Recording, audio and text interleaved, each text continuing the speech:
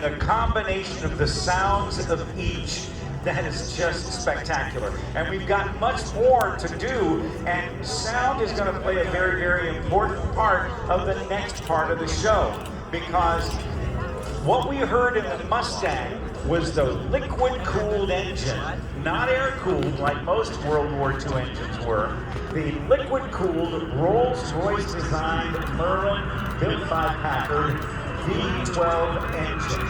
And we will hear more of that, and we'll also hear the radial piston engines, the air-cooled engines. They pretty much dominated the bomber and fighter market back in World War II. Rather than having a V6 or a straight 6 or a V8. Something you'd have on your car, man. Right. It has